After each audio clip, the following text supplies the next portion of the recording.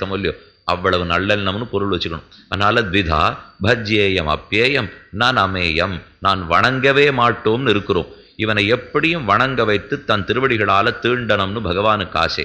ஆளவந்தாருங்கிற யாமுனாச்சாரியர் மகாச்சாரியர் நம் சம்பிரதாயத்திலே ஸ்தோத்திர கிரந்தம் அனுகிரகித்த முதல் வள்ளல்.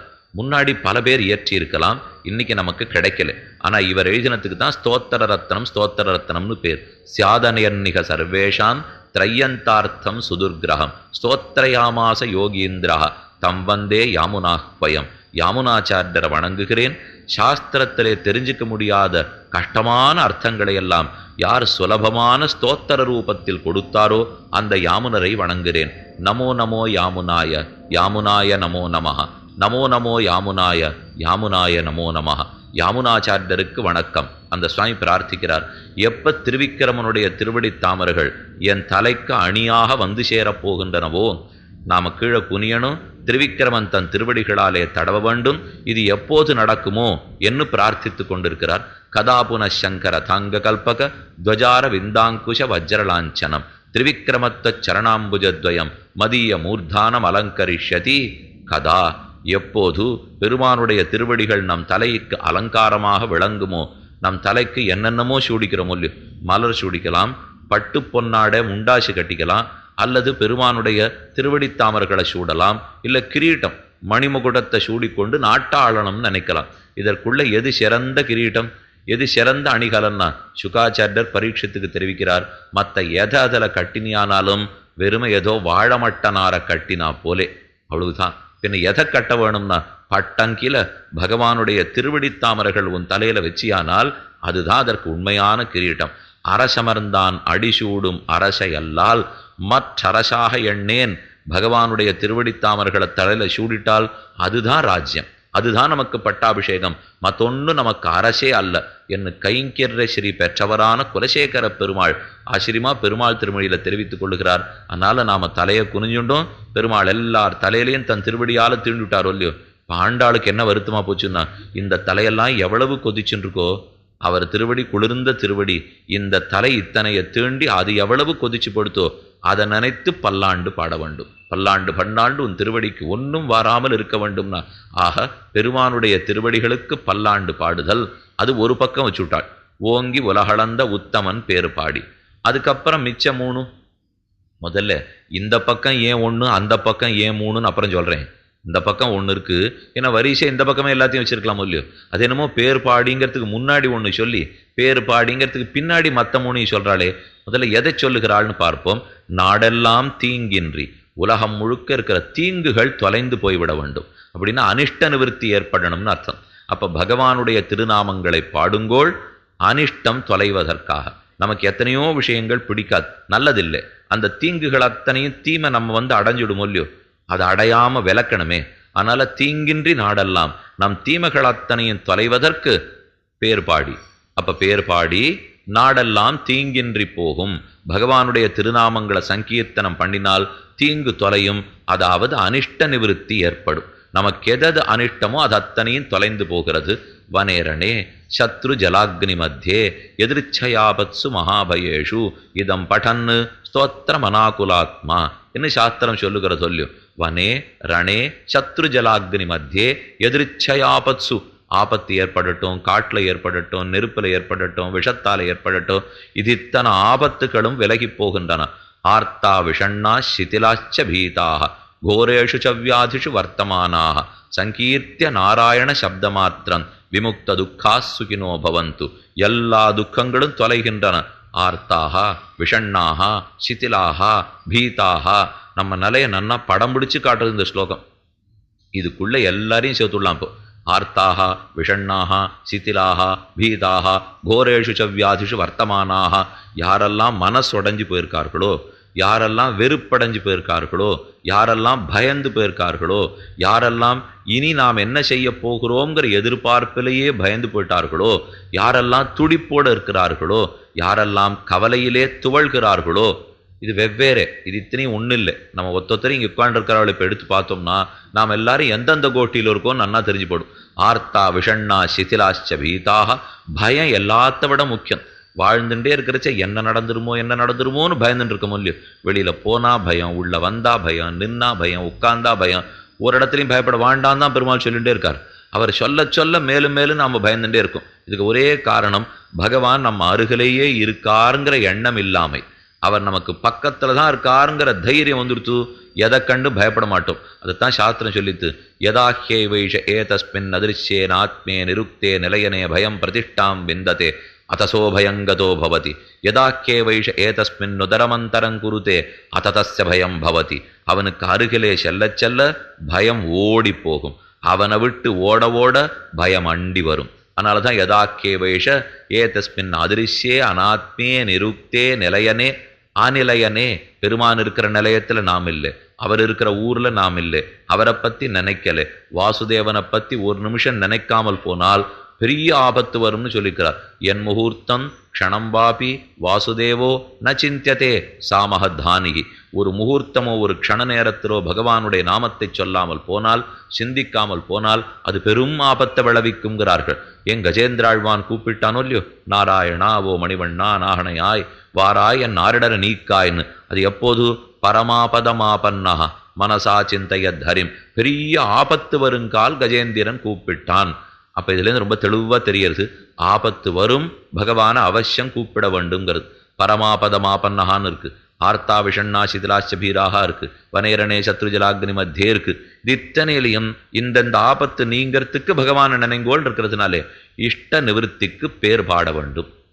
ஏன்னா அவருக்கு அருகில் இருந்தால் பயம் தொலையுங்கிறா. அருகர் இருக்கிறதுன்னு இப்போ ராத்திரி 9 மணி ஆனால் எனக்கு பயம் வந்துடும். ஏன்னா இந்த தெருவிலேயே தான் நான் 4வது வீட்டில் இருக்கேன். இங்கே 9 மணிக்கு கோவில் சாத்திடுவா, அப்புறம் நான் இங்கே கோவில் இருக்க முடியாது, அதனால பயம் வந்துடும்னா. அப்போ அர்ச்சகர் சுவாமி கிட்ட சொல்லி ராத்திரி முழுக்க திறந்து வச்சு இங்கேயா நம்மளை உட்கார வைக்க முடியும்? அவரோட நெருக்கமாக இருந்தால் பயம் தொலையும்னா அதுக்குன்னு எல்லாரும் கர்ப்பகிரகத்துக்குள்ளேயே உட்காந்துருக்க முடியாது. அவர் மட்டும்தான் இருப்பார். கதவை சாத்தச்சான் சாத்துவா, மத்தியானமான சாத்த தான் சாத்துவா. ஆனால் ஸ்லோகத்தில் அப்படி இருக்கே, நெருக்கமாக இருந்தால் தான் நமக்கு பயம் போகும், விலகினா பயம் வந்துடுமேன்னா. அதுக்குத்தான் மாற்று மருந்து நாம சங்கீர்த்தனம். ஏன்னா பகவான் பக்கத்திலேயே எப்பவும் உட்காண்டிருக்க முடியாது, அவருடைய திருநாமங்கள் எப்பவும் இருக்கிறது இல்லையோ. நாம இருக்கிற இடத்துல இந்த நாமத்தை சொல்லிட்டே இருக்கலாமே. அதுக்கு 9 மணியா 12 மணியா 4 மணியா 6 இப்போ கேட்க போறா? நாம எப்பவும் திருநாமத்தை சொன்னால் அப்ப நாமங்கள் அவனுக்கு பிரதிநிதியாய், ஏன் அவனே ஆக இருந்து நம் பயத்தை போக்கிக் கொண்டே இருக்கும். அதனால பேர் பாடி தீங்கின்றி நாடெல்லாம். அவன் திருநாமங்களை பாடினால் நாடத்தனையும் தீங்கின்றி நன்றாக ஆகும். அப்ப தீங்கு நீங்குதல்ங்கிறது தான் அனிஷ்ட நிவர்த்தி. அதை 2வது தெரிவிச்சுட்டார். அப்ப பகவானுக்கு பல்லாண்டு பாடுறது ஓங்கி உலகளந்த உத்தமன் பேர் பாடி. பேர் பாடி தீங்கின்றி நாடெல்லாம் நம்முடைய அனிஷ்டங்கள் அத்தனையும் தொலைந்து போவது. அனிஷ்டம் தொலைஞ்சு விட்டா போருமா? நாமே கூட நேற்று வரைக்கும் எங்கெங்கேயோ சுற்றிருந்தோம். சாயங்காலமானால் எங்கேயோ போடுவோம், ஒரு இடத்துக்கு கோவிலுக்கு வரமாட்டோம், ஒன்றுத்துக்கு ஒரு நல்ல காரியத்தில் ஈடுபடவே மாட்டோம், ஒரு உபன்யாசம் ஒரு நல்ல சங்கீதம் பஜனைக்கு போகவே மாட்டோம், எங்கேயோ சுற்றிருந்தோம். சரி, நல்ல உபதேசம்லாம் ஆரோ பண்ணா, வீட்டில் இருக்கிற பெரியவர்கள் பண்ணா, மனசு தெரிஞ்சு போச்சு, அது எல்லாத்தையும் விட்டுட்டேன், இனிமேல் நான் அந்த பக்கம் போகலை அப்படின்னுட்டு சாயங்காலமானா கதவை சாத்திட்டு தான் உள்ளுக்குள்ளேயே உட்காந்துக்க ஆரம்பிச்சிட்டான். இப்போ அப்பா அம்மாவுக்கு பயம் அதிகமாக போடும். நேற்று வரைக்குமான எங்கேயோ வெளியில் போய் சுற்றிட்டு வந்தான், 4 பேரை பார்த்துட்டான்னு இருந்தான், இப்போ உள்ளுக்குள்ளேயே இருந்துட்டு மனசு என்ன ஆகிடுமோ, ஒருவேளை மன அழுத்தம் வந்துடுமோ, நோய் வந்துடுமோ, இவன் எதையானு பிடிச்சிருந்தா தேவையில்லை அப்படின்னு அடுத்தது இவன் பயப்பட ஆரம்பிக்கிறாளோ இல்லையோ. அதனால் தீங்கு நீங்கினா மட்டும் போராது, நல்லது வர வேணும். அது எப்படி முக்கியமோ அதே போல் இது முக்கியம். நாம ஏதோ ஒன்று இந்த பட்ட பழக்கம்லாம் இருந்தால் சரி அப்படின்னு முதல்ல சொல்லிப்போம். ஏதானு பழக்கம் சரியா இருக்கலேன்னு சொன்னால் இந்த கெட்ட பழக்கம் போனால் போகும். ஒன்றும் கோவிலுக்கு வரணும் அது இதுன்னு நான் பிரார்த்திக்கல, இந்த கெட்ட பழக்கம் போனால் போகணும். அது போன அன்னைக்கு அப்புறம் ஒரு 10 நாள் கழிச்சு அவளே கேட்டுப்பாருங்க, கெட்ட பழக்கம் போயிடுத்தே இப்போ பேசாமல் இருக்கானான்னு. பேசாமல் இருக்கிறது தான் பயமாக இருக்குது. ஏன்னா வேற ஒன்றுமே பண்ணலையே, ஏதானு ஒன்றை பிடிச்சிருந்தா தேவையில்ல போல் இருக்கு. ஏன்னா ஒன்றுத்துலேயுமே நமக்கு ஆர்வம் இல்லாத இருந்தா மன அழுத்தம் மனநோய் வந்துடும் இல்லையோ. அதனால அடுத்து தேவை, அனிஷ்டம் தொலைஞ்சுட்டா மட்டும் போராது, இஷ்டம் அடைய வேண்டும், அதுவும் முக்கியம். அதைத்தான் ஆண்டாள் அடுத்து தெரிவித்தாள், திங்கள் மும்மாறி பெய்து. ஆக நாடு தீங்கின்றி போதல், அனிஷ்டம் நீங்குதல். திங்கள் மும்மாறி பெய்தல், இஷ்டம் பெறுதல். எது நாட்டுக்கு இஷ்டமோ அது நமக்கு கிடைக்க வேண்டும். அப்ப அனிஷ்ட நிவர்த்தி, இஷ்ட பிராப்தி, இந்த 2ஐயுமே ஓங்கி உலகளந்த உத்தமன் பேர் பாடி. பகவானுடைய பேர் பாடுறதுனாலே அனிஷ்டமும் தொலையும், பேர் பாடுறதுனாலே இஷ்டம் கிடைக்கும். அனிஷ்டம் தொலையுங்கிறதுக்கு சில ஸ்லோகம் பார்த்தோம் இல்லையோ. இஷ்டம் கிடைக்கும்னு சொல்றதே, வேதாந்தகோ பிராமண சியாத் க்ஷத்ரியோ விஜயீ பவேத், வைஷ்யோ தனசமிருத்த ஸ்யாத், சூத்ர சுகமவாப்னுயாத். 4 வர்ணத்தவர்களுக்கு என்னென்ன கிடைக்கும்னு சொல்லிட்டு பாருங்க. அவரவர்களுக்கு பகவான் எத்தத்தை செய்ய வேணும்னு விதித்திருக்கிறானோ அது கிடைச்சிடும். அதுதான் இஷ்டப்பிராப்தி. ஏன்னா இந்த இடத்துல இஷ்டப்பிராப்தின்னு சொல்லச்சே நாம இஷ்டப்பட்டதெல்லாம் பெற்றுக் கொடுக்கும்னு எங்கேயும் சொல்லாதது. ஏன்னா நம்ம ஒழுங்கானது இஷ்டமே படமாட்டோம். அதனால பெருமாள் அதை சொல்லவே மாட்டார். அவர் நமக்கு எதை விதிச்சிருக்காரோ அது கிடைக்கும்னு தான் இங்கே சொல்லியிருக்காரு. இப்போ பிராமணனுக்கு வேதாந்த ஞானம் ஏற்படும், வேதாந்தகோ பிராமணஸ்யாத், க்ஷத்ரியனுக்கு வெற்றி கிட்டும். இப்போ அர்ஜுனன் சண்டை போட ஆரம்பிக்கிறச்சே கண்ணன்ட்ட என்ன பிரார்த்திப்பார்? நல்ல வேதாந்த ஞானம் வரட்டும் அப்படின்னு கேட்டுண்டா அவர் போய் சண்டை போட ஆரம்பிப்பார். போடுற சண்டையில வெற்றி கிட்டணும் தானே பிரார்த்திப்பார். அதனால க்ஷத்ரியோ விஜயீ பவேத், க்ஷத்ரியனுக்கு யுத்தம் செய்து நாட்டை காக்க வேண்டும், அவனுக்கு வெற்றி தேவை. க்ஷத்ரியோ விஜயீ பவேத்.